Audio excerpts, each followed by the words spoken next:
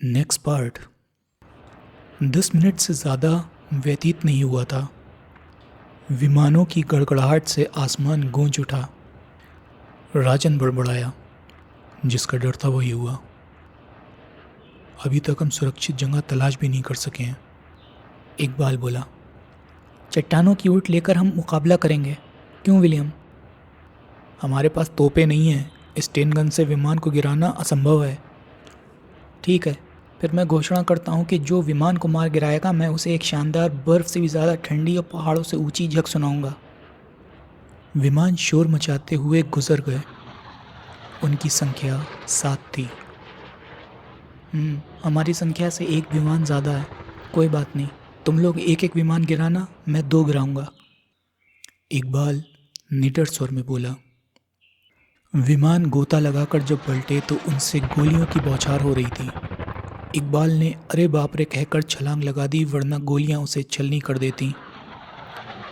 उसके आसपास से गोलियां लाइन बनाती हुई निकल गईं। सबसे पहले शोभा ने फायरिंग करी। सभी ने अलग अलग जगह चट्टानों की आड़ ले ली। फिर सबकी गनें गरज उठीं।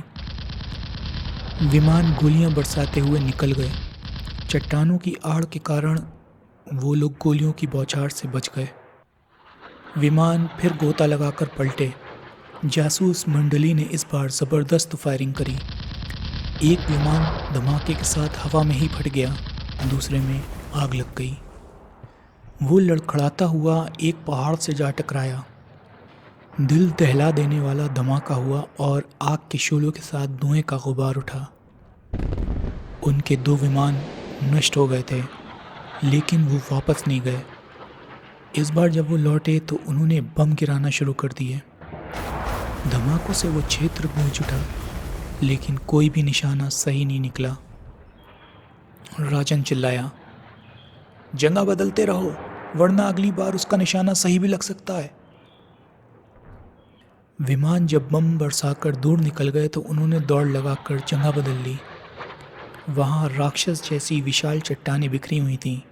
जगह जगह चीड़ के वृक्ष भी थे। उन्होंने फायरिंग की। एक और विमान से धुआं निकलने लगा। वो सामने वाले पहाड़ से टकराया। धमाके के साथ आग का तूफान उठा।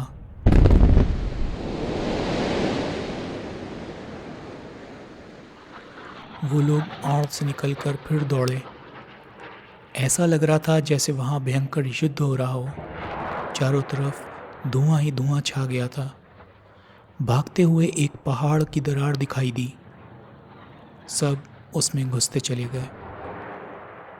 इसी क्षण दरार के मुंह पर एक बम फटा, लेकिन अब वो लोग सुरक्षित थे। सभी हाँफ रहे थे।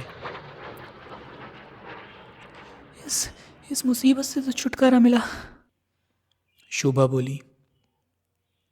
अभी उनके 4 विमान बाकी हैं, उन्हें भी नष्ट करना होगा।